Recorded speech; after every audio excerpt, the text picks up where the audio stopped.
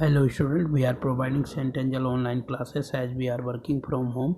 Today I will discuss class 11th chemistry chapter 3 and today topic is NCERT exercise. In this video I will discuss here the NCERT exercise question.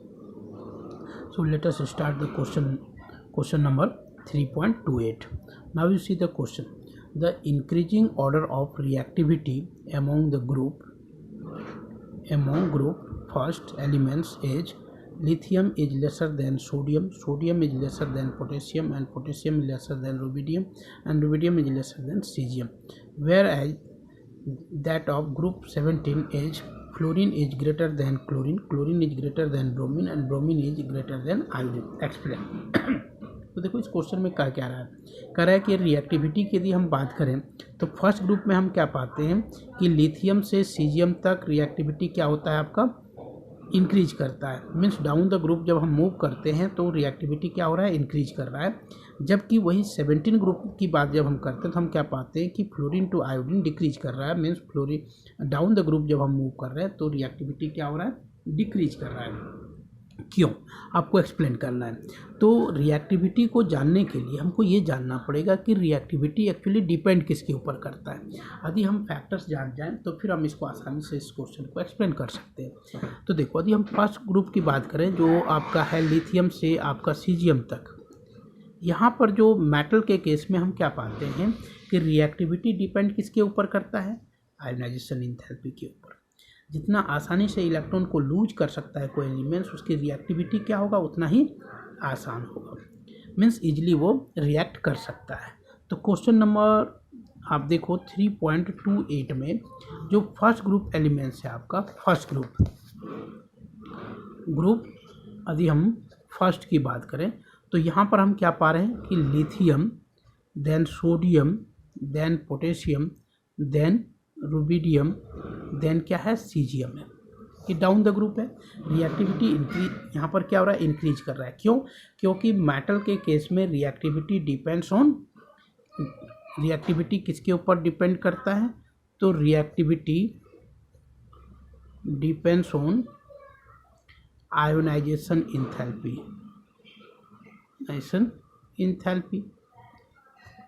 तो ionisation हम enthalpy क्या पाते हैं कि down the group ionisation enthalpy decrease करता है. क्यों, क्योंकि एटॉमिक साइज इंक्रीज करता है.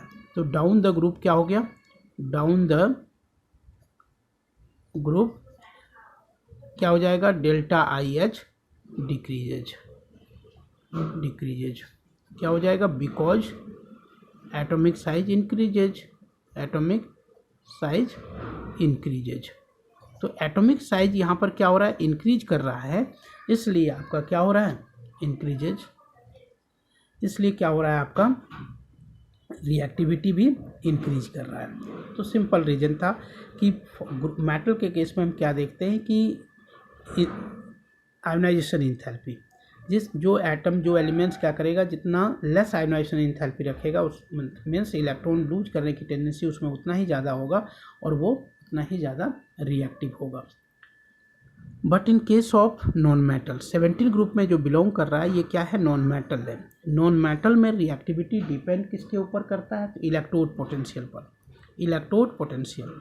तो डाउन द ग्रुप जब हम जाते हैं तो यहाँ पर क्या पाते हैं कि इलेक्ट्रोड पोटेंशियल मीन्स यदि आप डाउन द ग्रुप यहाँ जा रहे हो, ग्रुप 17 की यदि हम बात करें, ग्रुप 17, तो यहाँ क्या पा रहे हैं कि फ्लोरीन मोर रिएक्टिव है then chlorine, then bromine, then iodine. क्या रीजन है इसका, क्योंकि यहाँ पर जो आपका रिएक्टिविटी डिपेंड कर रहा है वो किसके ऊपर डिपेंड कर रहा है, डिपेंड्स ऑन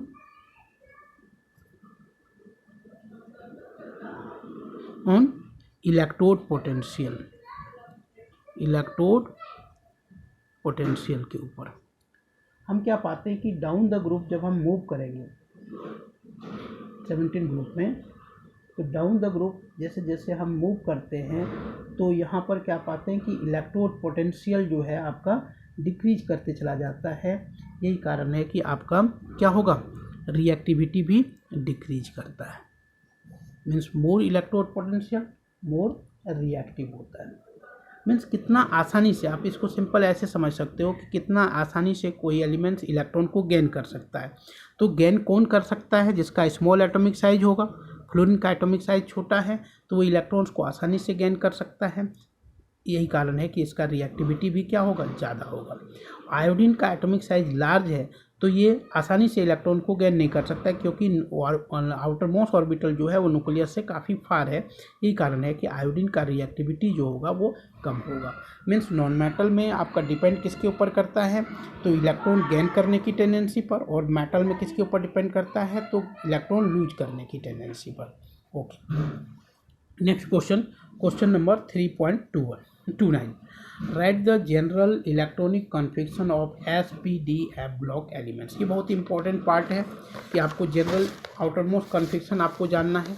तो क्वेश्चन नंबर देखें तो 3.29, क्वेश्चन नंबर 3.29 का outer most configuration S block के लिए।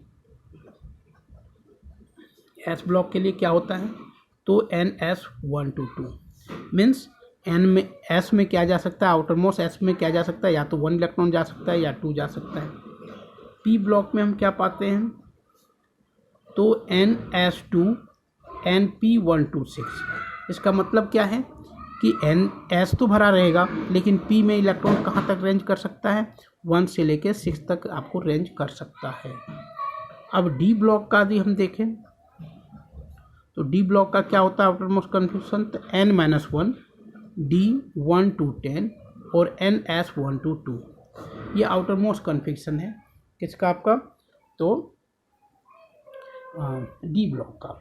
मीन्स एस ब्लॉक में NS1 to 2, पी में NS2 NP1 to 6, डी में N-1 D1 to 10 और NS1 to 2 इलेक्ट्रॉन्स एंटर कर सकता है।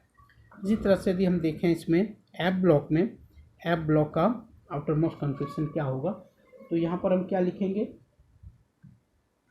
तो इसमें जो इलेक्ट्रॉन्स होगा वो N-2 F 1 to 14, N-1 D क्या हो सकता है? 0 to 1 और NS1 to 2 तक जाएगा आपका। ये है आपका outer most configuration SPDF block का। तो ये काफ़ी इंपॉर्टेंट क्वेश्चन है आपके लिए। Question number 3.30 now see the question. क्या कर रहा है? कह रहा है कि assign the position of elements having the outer most electronic configuration is this. इसमें आपको आउटर मोस्ट कन्फिग्रेशन को आइडेंटिफाई करना है जहां पर आपको दिया हुआ है कि आउटर मोस्ट कन्फिग्रेशन दे दिया है। अब इससे हमको क्या करना है? पोजीशन फाइंड करना है, position of elements in periodic table. तो देखो फर्स्ट में आपको क्या दिया हुआ है? इसमें दिया है NS2 NP4 जहां n इक्वल टू क्या बता दिया है? 3। तो हम क्या करते हैं? सबसे पहला n की वैल्यू पहले रखते हैं। तो n की वैल्यू रखेंगे तो 3s2 और 3p4 हो जाएगा। तो ये जो 3 है, लास्ट जो 3 होता है, मतलब ये जो 3 नंबर जो है इसको प्रिंसिपल क्वांटम नंबर कहते हैं। और ये क्या बताता है? पीरियड को बताता है। तो इसका पीरियड क्या हो जाएगा? 3 हो जाएगा। पीरियड क्या हो गया? 3। अब ये किस ब्लॉक का एलिमेंट्स है? तो लास्ट इलेक्ट्रॉन्स किस में भरा होगा? पी में। तो यदि इलेक्ट्रॉन्स पी को हो, मतलब इसमें यदि, तो क्या होगा? वो पी ब्लॉक का एलिमेंट्स होगा। तो ब्लॉक तो हमको ये पता चल गया कि यह क्या है? पी ब्लॉक का एलिमेंट्स है। और पी ब्लॉक में हम ग्रुप कैसे फाइंड करते हैं? तो ग्रुप फाइंड करने के लिए last S electrons 2 plus last P electrons 4 plus 10 add करना पड़ता है।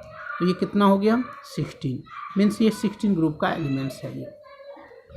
अब सेकेंड देखते हैं हम यहाँ पर। सेकेंड क्या दिया हुआ है? N-1 D2 NS2 जहाँ n वैल्यू आपको दे दिया है 4। तो पहले इसका वैल्यू हम रख दें। तो N-1 मीन्स 3D होगा, NS2 मीन्स 4s2 होगा। तो इसमें हाईएस्ट प्रिंसिपल क्वांटम नंबर क्या है? 4 है। तो पीरियड क्या निकल के आ गया? तो इसका पीरियड आ गया 4। इसका ब्लॉक क्या होगा? तो ब्लॉक यदि डी में इलेक्ट्रॉन्स एंटर कर रहा हो तो वो डी ब्लॉक का होगा, क्योंकि डी अभी इनकम्प्लीट है, डी ब्लॉक का एलिमेंट्स है। और ग्रुप कैसे फाइंड करते हैं इस केस में, तो ग्रुप फाइंड करते हैं last D electrons and last S electrons, means 2 + 2 कर देंगे तो 4 हो जाए। 2 + 2 कितना हो गया, 4 हो गया। ये ब्लॉक निकल गया हमारा। क्वेश्चन नंबर 3 में यदि देखें तो n-2 F क्या दिया है 7 और n-1 D1 और n = यहाँ पर दिया हुआ है NH2, जहाँ n की वैल्यू क्या दे दिया है 6 दे दिया है। तो इस कंडीशन में हम क्या पाते हैं कि n की वैल्यू 6 दिया है, तो अब ये वैल्यू रख लो, तो n में 2 माइनस कर देना है 6 में, क्या हो जाएगा 4F7 हो जाएगा। ये कितना हो जाएगा 5D1 हो जाएगा, क्योंकि 1 माइनस करना है, और ये कितना हो जाएगा 6S2 हो जाएगा। तो इसका पीरियड क्या निकल के आएगा,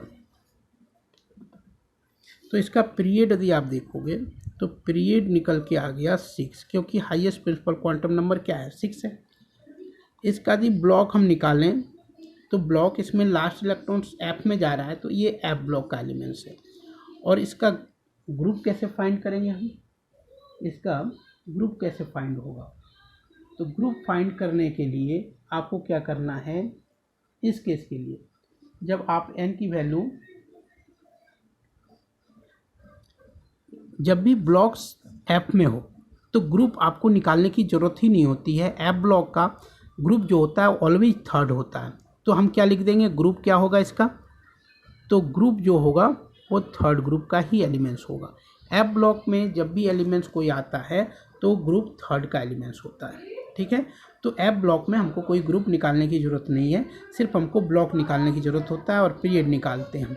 तो इस तरह से आप इस क्वेश्चन को सॉल्व कर सकते हो कि यदि कोई भी आउटर मोस्ट कन्फिक्शन गिवन है तो उससे हम उसका पोजीशन कैसे फाइंड करेंगे कि पीरियोडिक टेबल में उसका पोजीशन क्या होगा।